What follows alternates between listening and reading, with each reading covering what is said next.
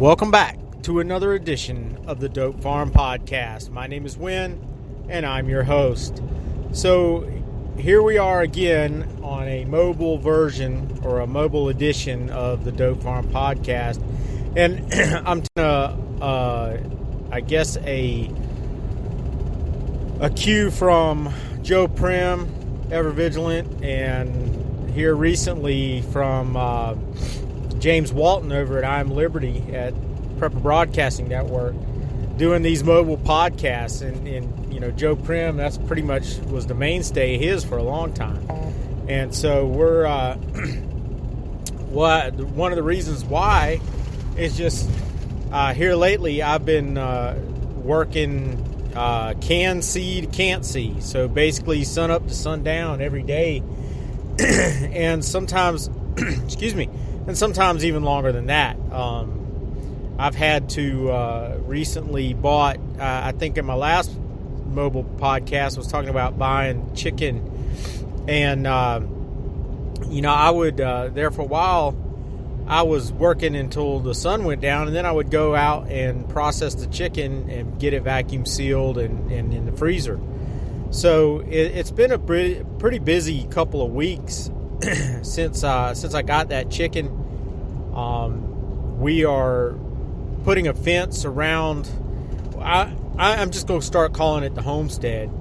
I'm gonna fence around the homestead so that we can hopefully help curtail some of the deer from coming in the yard, to be able to get a little bit more of a garden growing. Hopefully let our crazy dog that we got from the pound or from the animal shelter, let her run around at night inside the fence to keep the deer out.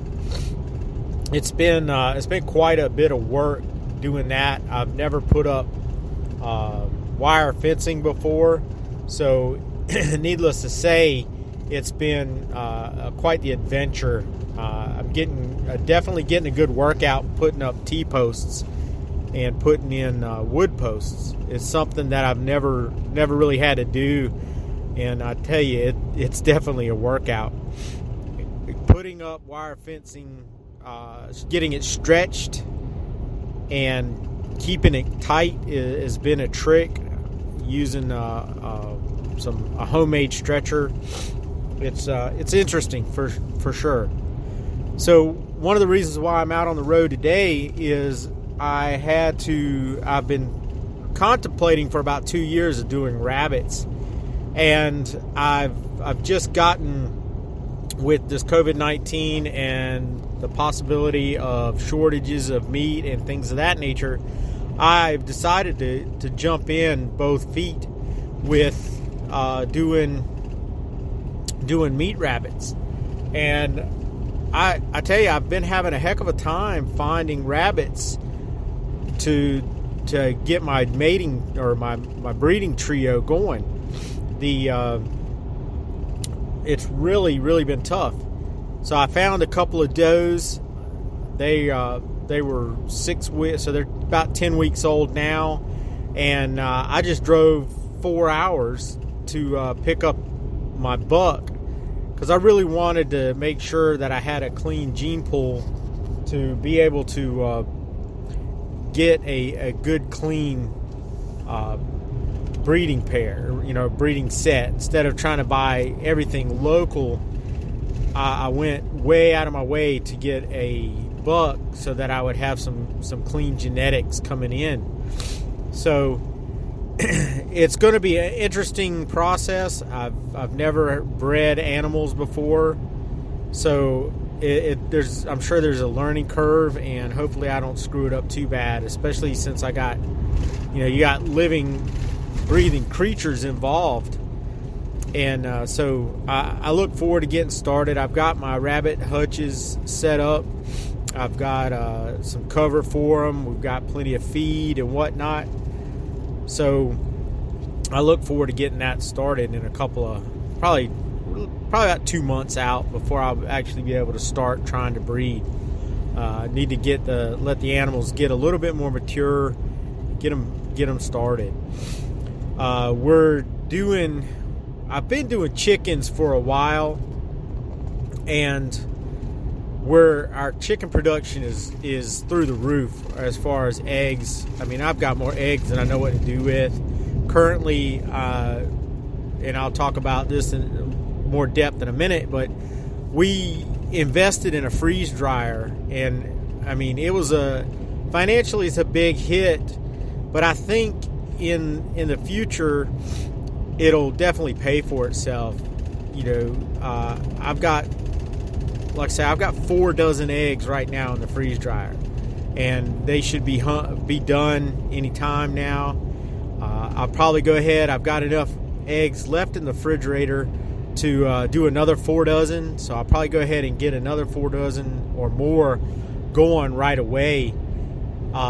Then I've been listening to a new podcast, and if you're listening, obviously if you're listening to this, you listen to podcasts, and it's called The Homestead Journey, and the guy's name, and I'm going to screw it up, I think it's Brian Wells, if I'm not mistaken. Brian Wells. He's in upstate New York, and it's interesting to he's got 29 episodes right now, and it's pretty interesting to listen to his perspective, especially since he's in upstate New York.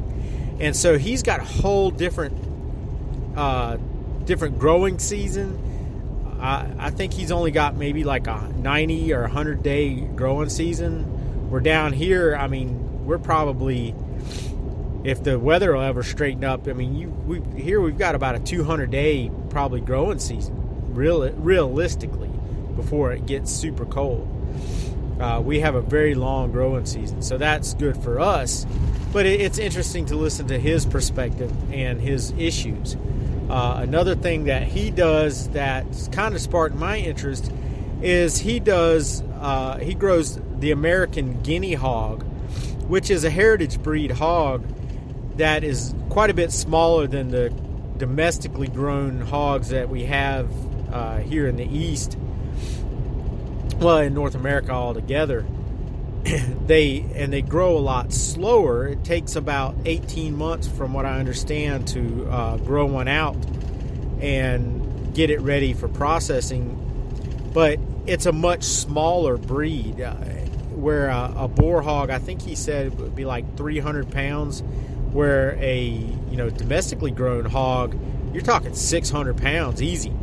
And that depends on how you grow it and whatnot, how long you let it go. But most people can't deal with something that large on a small scale. So the another thing that we're considering is possibly adding goats to the homestead in another year or so. But I don't know that my wife is completely sold on doing goats.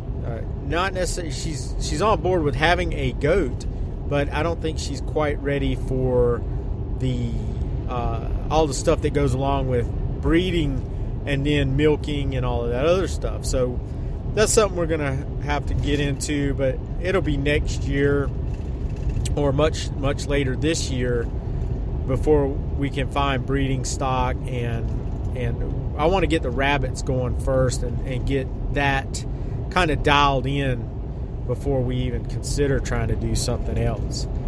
So, kind of trying to take it in a one-step approach. I think something that some people make, the mistakes that they make are they're trying to do too much too fast, and they're trying to get too many irons in the fire, so to speak. And so I'm trying to take it a little more slowly and a more stepped approach. I do want to expand my gardening. I listened to another podcast called from the Bootstrap Farmer podcast, and they talk about small farms as businesses and creating business models and things of that nature. So that's very interesting and something that I may try to pursue in the short term, maybe more of a long-term thing. I don't know. As many of you know, I work on a farm, and it's more of a commercial type grain farm. And with commodity prices and things the way they are, I don't know how long that's going to continue. I don't think there's any threat of the farm that I'm on running into problems, but later on down the road, you never know what's going to happen. So I'm trying to look into different ways to diversify myself and broaden my base of knowledge and look at different ways. James Walton is he keeps talking about trying to figure out different models to create small businesses to be able to do these things from home without being dependent on going to a full-time job. And so I don't know if it's feasible where I'm at, just because I'm kind of out in the middle of nowhere. So finding that niche to be able to provide for might be kind of a little bit more difficult unless you're in an area that's like more urban environment. Now, talking about the freeze dryer, like I said, it is a very costly venture. It's something that I've really kind of looked at hard for the past couple of years. There's a lot of different Facebook groups that go into detail and talk about using the freeze dryer, and I'm very impressed with what it can do. It's a long process. It's not something that is slow by any regards. But I did my first batch. I ran some ice cream sandwich, made little bites out of it, some grapes, and some yogurt bites for the kids. And the yogurt bites were a big hit. It's just like those little melts that you get for babies that you don't have to worry about them choking on them because they melt in their mouth. And that's basically what it becomes when you freeze dry this yogurt. The ice cream sandwich bites were awesome. You just put them in your mouth, and they go great with coffee. You just take a swig of coffee and they just kind of melt, and they're so good. And then the grapes, I think, were my favorite because the grapes basically turn into little candies. They dry out. There's no moisture in them. And so, again, they kind of melt in your mouth. You chew them up, and it's almost like a piece of hard candy. So that was pretty cool. I'll definitely be doing more of that. Something that we're getting ready to try is pickles, where we're going to take some both dill and some bread and butter pickles and put them in the freeze dryer, dry them down, and see how they turn out and see if we like them or not. Things that you can do, which is I'm pretty excited. I want to make a big pot of chili with venison and go ahead and, of course, eat some, but then turn around and freeze dry the bulk of it and put it in Mylar bags. And now you've got homemade freeze dried meals that we can use for a rainy day, or if things get tight, we can have that stuff. You could take, just about anything that you want to have for future meal prep, you can do this. Any vegetables, any vegetables, any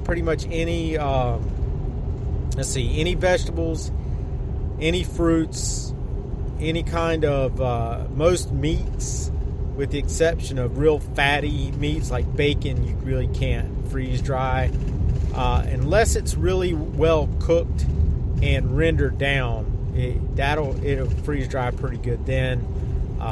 It's still not going to have the shelf stability that you're going to get from, say, a lean piece of chicken or a lean piece of beef or venison. I'm probably going to make a bear stew and turn that into freeze dry that. There's just limitless possibilities. So I'm probably going to go ahead and just run this thing